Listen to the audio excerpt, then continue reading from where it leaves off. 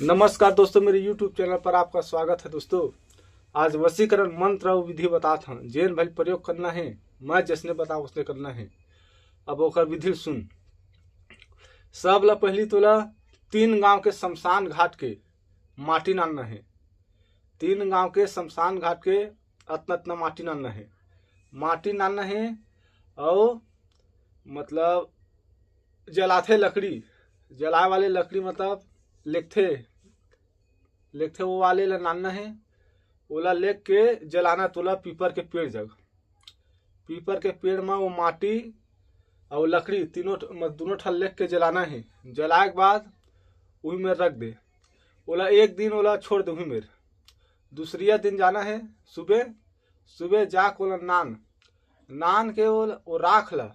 जे लड़की पर फूक मारबे उतने टाइम वो वश में हो जाही। कोई भी लड़की रहा, पति वश में कर सकता, पत्नी वश में कर सकता, लड़की लड़का वश में कर सकता। ये शमशान घाट वाले एक मैं मंत्र बताता हूँ। जाग जाग रे मसान वश में करके आ। ये मंत्र बस अतने जाग जाग रे मसान वश में करके आ। तब बोलना है तुरा 21 बार पढ़ के वो लकड़ी जलाना है। शमशान घाट के लकड़ी ला अब माटी और लकड़ी दोनों मिला के जला।